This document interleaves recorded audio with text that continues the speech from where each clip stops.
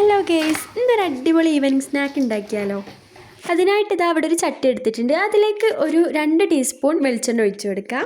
എണ്ണ ചൂടായി വരുന്ന ടൈമിൽ അതിലേക്ക് 2 മീഡിയം സൈസ് സവാള ഇതേപോലെ ചെറുതാക്കി അരിഞ്ഞതും, പിന്നെ ഒരു ഉരുളക്കിഴങ്ങ് ഇതേപോലെ അരിഞ്ഞതും, പിന്നെ ഒരു ക്യാരറ്റും, ഒരു 2 പച്ചമുളകും, ചെറിയൊരു ഇഞ്ചി കഷ്ണം ചതച്ചതും, ഒരു 2 അല്ലി വെളുത്തുള്ളി അരിഞ്ഞതും, ഒരു തണ്ട് കറിവേപ്പില ഇതേപോലെ ചെറുതാക്കി അരിഞ്ഞതും, ഈ മസാലയ്ക്ക് ആവശ്യത്തിന് ഉപ്പും ഇട്ട് കൊടുക്കാം. ഇനി ഇത് നല്ല പോലെ ഒന്ന് വഴറ്റിയെടുക്കണം. ഇനി ഇത് വഴന്നു വരുന്ന ടൈമിൽ ഇതിലേക്ക് 1/2 ടീസ്പൂൺ മഞ്ഞൾപ്പൊടിയും 1/2 ടീസ്പൂൺ ഗരം മസാലയും 1/2 ടീസ്പൂൺ മീറ്റ് മസാലയും ഇട്ട് കൊടുക്കാം. ഇനി ഇത് പച്ചമണം മാറുന്നത് വരെ ഒന്ന് വഴറ്റിയെടുക്കാം. പച്ചമണമൊക്കെ മാറിയതിനു ശേഷം ഇതിലേക്ക് വേവിച്ച് വെച്ച ബീഫ് ഇതേപോലെ ക്രഷ് ചെയ്തിട്ട് കൊടുക്കാം. പിന്നെ ഇതിലേക്ക് മല്ലിച്ചപ്പും ഇതേപോലെ അരിഞ്ഞിട്ട് ഇട്ട് കൊടുക്കാം. ഇനി ഇതൊന്ന് നല്ല പോലെ ഒന്ന് വഴറ്റിയെടുക്കണം. അങ്ങനെ നമ്മുടെ മസാല നല്ല അടിപൊളിയായി വന്നിരിക്കുന്നു. ഇനി ഇതിലേക്കുള്ള മാവ് നമുക്ക് കുഴച്ചെടുക്കാം. അതിനായിട്ട് ഇതാ ഒരു പാത്രത്തിൽ 250 ml കപ്പിൽ 1 കപ്പ് മൈദയും, പിന്നെ ഒരു 1/2 കപ്പ് ഗോതമ്പ് പൊടിയും, ഇതിലേക്ക് ആവശ്യത്തിന് ഉപ്പും, 1 ടീസ്പൂൺ സൺഫ്ലവർ ഓയിലും ഒഴിച്ചു കൊടുക്കാം. ഇനി ഇത് നല്ല പോലെ ഒന്ന് മിക്സ് ചെയ്തെടുക്കണം. ഇനി ഇതിലേക്ക് ആവശ്യത്തിന് വെള്ളം ഒഴിച്ച് കുഴച്ചെടുക്കാം. ഞാൻ ഇപ്പോൾ ഇവിടെ ഒരു ഇളം ചൂടുവെള്ളമാണ് എടുത്തിട്ടുള്ളത്.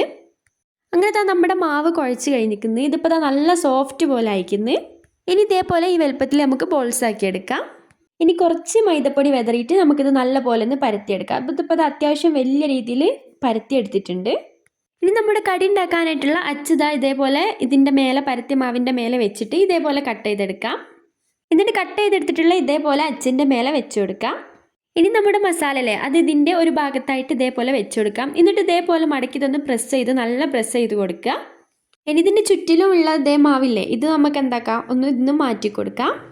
എന്നിട്ട് ഇത് തുറന്ന് നോക്കുക. തുറന്ന് നോക്കുമ്പോൾ നമ്മുടെ കടി ഇവിടെ നല്ല ഷേപ്പിൽ നല്ല ആകൃതിയിലായിട്ട് കിട്ടിയിട്ടുണ്ട്. അപ്പോൾ ഇതേപോലെ ബാക്കിയുള്ള എല്ലാതും ആക്കിയെടുക്കണം.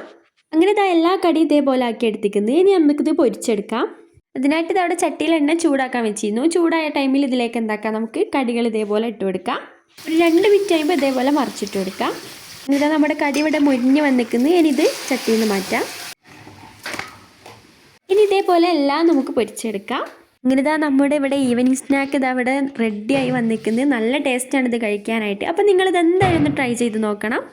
നിങ്ങളെൻ്റെ ചാനൽ ലൈക്ക്, ഷെയർ, സബ്സ്ക്രൈബ് ചെയ്യണേ. അപ്പോൾ ബൈ.